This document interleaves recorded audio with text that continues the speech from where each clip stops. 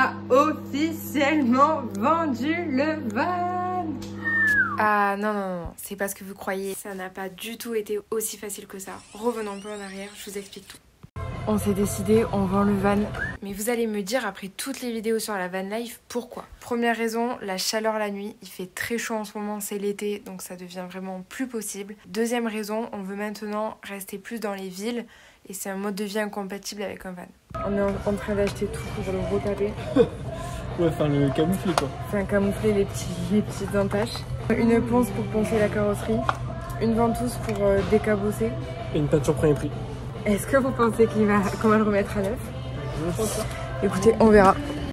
Allez, c'est parti, objectif, doubler sa valeur. Actuellement, le van ressemble à ça. Ça date pas de nous. Bon, j'avoue, on est responsable des 2 petits trous sur la portière. Qui se rappelle quand le van a failli prendre feu d'ailleurs.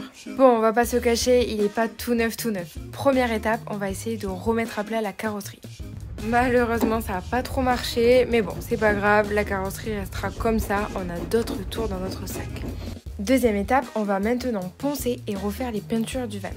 Et celle-là s'annonce tout de suite bien plus prometteuse. Bien sûr, on a oublié de protéger les roues, donc il y en avait un peu partout. On a oublié de protéger aussi la deuxième poignée, mais bon. Hop, aussitôt dit, aussitôt fait. Et bien sûr, on fait ça sur le parking de là où on a acheté tout le matos, puisque nous n'avons nulle part où aller, bien sûr. Bon, maman, quand on rentre, Gaël, il te repeint le camion. Ah oui, oups, on avait oublié de protéger les vitres aussi. Mais sinon, les travaux sont finis. Franchement, j'ai envie de dire que ça a de la gueule. On a eu la première visite pour le van. Il y a une fille qui est venue, elle a visité le van. On l'a mis au plus haut prix. En vrai, elle avait l'air un peu intéressée, on n'est pas sûr. Elle a pas voulu l'essayer. Elle a dit qu'elle reviendrait vers nous. Mitigé, on sait pas. On sait pas, franchement on sait pas. Sinon on a passé la journée à la plage, en attendant le rendez-vous. On a retapé le van et franchement on n'en est pas peu fiers. Il est tout rangé maintenant. Il est magnifique. Vraiment il est magnifique ce van. Très triste de m'en séparer. En attendant, le van il commence à nous faire des bruits bizarres et il a une odeur mauvaise en montée. Même si Gaël le sent pas du tout, moi je préfère rester dans le déni et continuer ma petite vie tranquille à la plage. Une nouvelle visite du van, il y a quelqu'un d'autre qui vient de visiter. Il fait 35 degrés, on est dans le parking du Bourg pour être à Londres. Et là on range, on essaye de faire un beau van. Parce qu'ils font quand même 1 heure de route pour venir voir le van, donc c'est que ça doit bien les intéresser, donc on se la donne, mais il fait très chaud. Et là, miracle, ils sont grave intéressés et veulent nous le prendre, on est trop contents. On est arrêté sur le bas côté. Le pot d'échappement s'est pété en deux.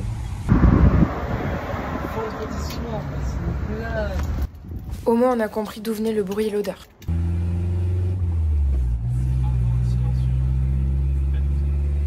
On venait d'avoir le training pour un nouvel hôtel. On venait d'avoir le mail comme quoi on était pris. On venait d'avoir un message pour nous proposer une chambre qu'on doit aller voir et on doit y dormir ce soir. Et le truc clams maintenant. J'essaye de continuer à filmer pour avoir des souvenirs, mais franchement, c'est pas drôle. Genre, on comprend pas pourquoi on a un mauvais karma comme ça. Tout se passait bien. On avait 3 bonnes nouvelles qui sont arrivées, mais genre dans l'heure. On est vendredi soir. Tous les garagistes sont fermés. J'en ai appelé un qui était ouvert. Il avait de la place mi-février. On est le 12 janvier. Et nous voilà retournés au magasin de bricolage vendredi soir pour tenter les réparations nous-mêmes. Premier essai, des colliers métalliques pour rafistoler les 2 pièces et les mettre bout à bout. Je préfère vous dire, on est en impro total, on est en vrai roue libre sur le parking du magasin. Bon, ça va en plus, c'est pas comme s'il faisait 35 degrés à l'ombre. 45 au soleil. Et voilà comment nous étions passés à côté de la vente du siècle. À défaut, maintenant nous avons une van qui fait le bruit d'une Porsche et on se retrouve bloqué en plein soleil sur ce parking en train de tenter les réparations. On a fait des répas, enfin Gaël a fait des répas, vas-y. Crash test.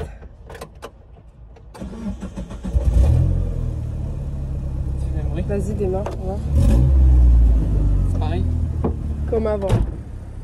Enfin, comme avant. Non, c'est comme avant. Ouais, c'est bon. Oh my god. Putain, on a d'être ça. Il n'y a plus aucun bruit. On est Reconversion automobiliste. Mécanicien, pardon. Et après seulement 1 kilomètre, avec cette réparation, on était en plein déni. Franchement, qui s'y attendait pas? On est dégoûtés. Comme vous l'aurez compris, ça n'a pas marché. Retour au magasin de bricolage. Deuxième essai, kit de professionnel pour pot d'échappement. C'est parti. Allez, nouvelle tentative. On a acheté du plâtre. On a acheté du scotch thermo, je sais pas quoi. Bref, des colliers. Et on va mettre une canette qu'on va couper pour faire une espèce de tube comme ça. Et nous revoilà cette fois-ci en pleine rue, en total impro. Mais là pour le coup, on avait un tuto. Le van devient alors sponsorisé Pepsi. On démarre le moteur et là, gros flop, le plâtre est en train de couler par la canette de Pepsi qui s'est percée en deux. Bon, la réparation elle est plutôt efficace. Ça fait plus de bruit, mais c'est vraiment provisoire. Du coup là, on va voir un spécialiste du pot d'échappement. On espère que c'est un spécialiste et qu'il va pouvoir trouver une pièce pas chère et une réparation pas trop chère. On va voir. Et voilà la réparation du spécialiste, 2 pièces toutes neuves. Franchement, le van est remis à neuf. C'est trop bien. La voiture ne fait plus aucun bruit. Mais écoutez, il n'y a plus aucun bruit. Donc 400 $, ça va. Moins cher que la première repas. Entre temps, les acheteurs se sont désistés, mais c'est pas grave, maintenant on a un van qui est safe et qui est tout réparé. On va pouvoir le remettre en vente et continuer les visites. Petit champagne pour fêter la réparation du van. C'est le meilleur pétillant que j'ai bu. Enfin, je n'avais pas bu beaucoup, mais... Elle fait la connaissance, elle ne boit jamais d'alcool. Bon, plus sérieusement, les affaires reprennent. On fait le max en faisant une vidéo pour attirer les acheteurs. Ok, so this is the van. Mais les acheteurs se bousculent pas vraiment. Hier, un mec a envoyé un message à Gaël, il veut visiter le van. Donc on lui donne rendez-vous 16h et toute la journée il fout des vues, on lui envoie l'adresse. Il répond pas, on lui dit mais est-ce que tu viens ou pas? Il répond pas, bref. On commence à se poser dans le lit, après le taf là on était KO. Et là, le mec il dit je suis là. Putain. Mais c'est les Australiens franchement. Et la palme de la pire visite, il voulait juste voir comment le van avait été aménagé, donc inutile. On a continué à faire quelques réparations sur le van, le tiroir ne roulait plus, toujours en pleine route parce que pas de garage. On a également sorti tous les draps, on les a lavés et puis remis au cas où nous aurions des acheteurs directs. Et je sais pas si vous avez la notion du temps, mais entre le jour où on a fait les travaux et aujourd'hui, il y a presque 1 mois qui s'est écoulé. Mais on s'était pris à l'avance et on n'était pas vraiment pressés. Bon allez, nouvelle visite. On va vite fait cleaner le van et la meuf arrive. Elle vient avec un pote à elle mécanicien. Et au final, ils viennent à 5 rendez-vous. Là, on se dit, ça pue grave, c'est mort. Bon, on va voir ce que ça donne. Toute la famille a inspecté le van de fond en comble. Ils ont fait un petit test et tout allait bien puisqu'il était tout réparé. Et quelques heures après la visite, on reçoit ce message. Elle dit qu'elle le prenait pour 13 000 $. C'est cool. Bon, c'est pas encore fait. She dit nice, it's for you. How do you want to pay? On est un peu sceptique parce que les acheteuses n'ont pas l'argent sur le compte, mais on décide quand même de vider nos dernières affaires et de recharger la batterie. Allez, dernière fois qu'on va changer cette batterie. Après la séance de sport. Mais c'est pour la bonne cause. Le lendemain, rebelote. En appartement, on accumule, mais en van, c'est pareil en fait. On avait tellement d'affaires. On l'a pas encore vendu et c'est encore pas sûr qu'on le vende, mais je suis déjà très nostalgique. C'est mes affaires. Trop triste. Aïe aïe aïe. Mais en fait, pourquoi? Là, on avait tout. On avait tout construit et on déconstruit tout. On va devoir tout refaire. Putain. Pourquoi on s'inflige ça? Bon, on a toujours pas vendu le van là, mais bon, c'est pas. On a touché un truc sous la voiture. Du coup, Gaël il regarde et on a trouvé quoi? Une roue de secours, putain, on en cherchait une pendant un moment. Heureusement qu'on l'a pas acheté, mais putain, elle est là. Tout simplement. Voilà.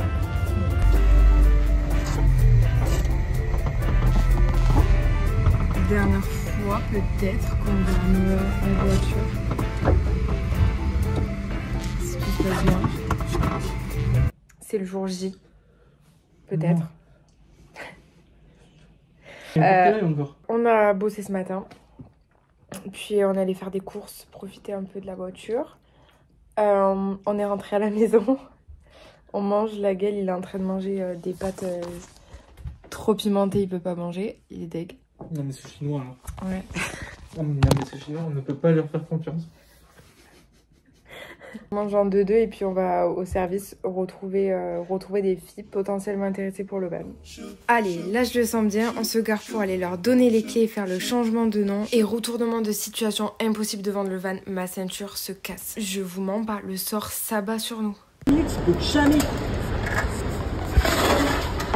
On perd pas notre sang-froid, on sort la caisse à outils, on regarde un tuto sur YouTube, les filles nous attendent, on est à 2 minutes du rendez-vous. Et Gaëlle réussit à débloquer le mécanisme de la ceinture qui était bloqué. On arrive pile poil à l'heure du rendez-vous, on fait le changement de nom, on leur donne les clés, on leur explique tout et on avait officiellement vendu le van. Mais restez bien jusqu'à la fin, l'histoire ne s'arrête pas là. En tout cas, c'était parti. On allait découvrir les transports en commun de Newcastle. Et on n'a pas de transport à côté de la maison, il faut marcher une demi-heure, sinon c'est pas drôle. Mais là, je vous vois derrière votre écran. Vous devez vous demander où est l'argent. Eh bien, nous aussi. Les acheteuses ont effectué un virement, mais il n'a pas pu s'effectuer en instantané puisque la somme était trop élevée. Et donc, on a dû laisser le van et attendre une durée indéterminée avant de recevoir l'argent. S'en est suivi une période de gros bad où on faisait le tour de tous les forums pour voir qui était dans le même cas que nous. Regarde. I sold a car and never received the money. Alors. Désolé tout ça, mais ça va pas être facile. Essayez un peu de ressentir le désespoir. On a réparé tout ce qu'il fallait sur le van. On a mis une somme inconsidérable dans les travaux et dans l'aménagement. On trouve des acheteuses et là, on se dit qu'on va sûrement pas récupérer l'argent. On n'a plus d'énergie, on est épuisé. C'est la pire période depuis le début. On s'est dit qu'on allait quand même attendre un jour ou deux avant de voir ce qu'il en était du virement supposé instantané. On essaie de faire passer le temps comme on peut, mais les heures qui ont suivi nous ont paru être l'éternité. On se dit bonne nuit, on n'a pas l'argent, on n'a plus de voiture.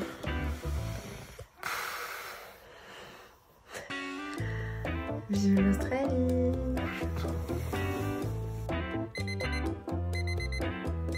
Alors, le retour à la réalité est dur. Plus de voiture et pendant une semaine il pleut. C'est pas beau ça franchement, mais si on n'a pas de la chance, je sais pas comment on appelle. Du coup 25 minutes à pied, 25 minutes de bus. Et on bosse à l'hôtel et puis après on doit faire pareil. Puis rebosser au manoir. Ceci dit, très très belle la station de tram de Newcastle. Faut voir le positif partout. J'ai que des gens pourris. Choquée journée de merde. Ah là là, quelle journée vraiment, ça ne s'arrête pas. On adore. Et on est en plein été en Australie. On vous rappelle qu'on a plus de voiture. Je suis choquée. Il y a plus de voiture et on a pas d'argent.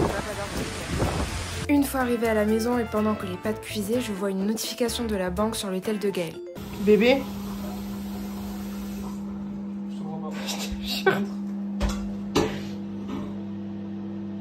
Non mais non, c'est le salaire... Mais à 13 000 c'est pas le salaire. Putain. Mais ta casquette bloqué. Ferme le pied.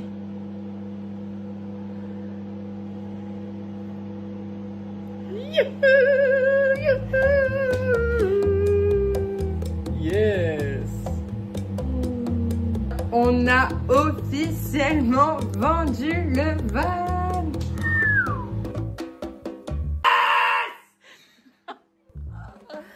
Oh putain mais 24 heures de stress intense quoi. 4 heures pile. Putain mais 24 heures pile quoi. 13 000 $. La roulade du bonheur. Vas-y.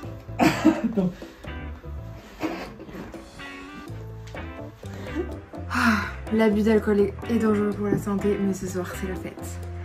Premier épisode de la fête. Petite bouteille Sauvignon blanc gratuite, donnée par l'hôtel. Crash test en live. Oh putain, on dirait du tarif. Ah je te jure. Oh là là, cette connaisseuse.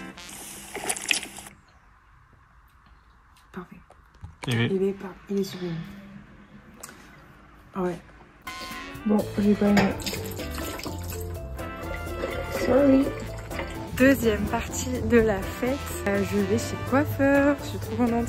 Ça fait un bail que je suis pas allée chez un vrai coiffeur, ça fait genre 4 ans je pense. J'ai un peu peur parce que les coiffeurs australiens je les connais pas. Je paye cher mais j'en avais trop besoin.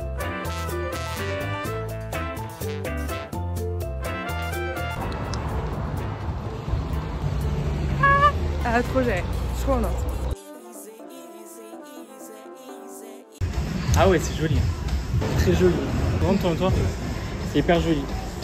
Coiffeur australien validé à 100%.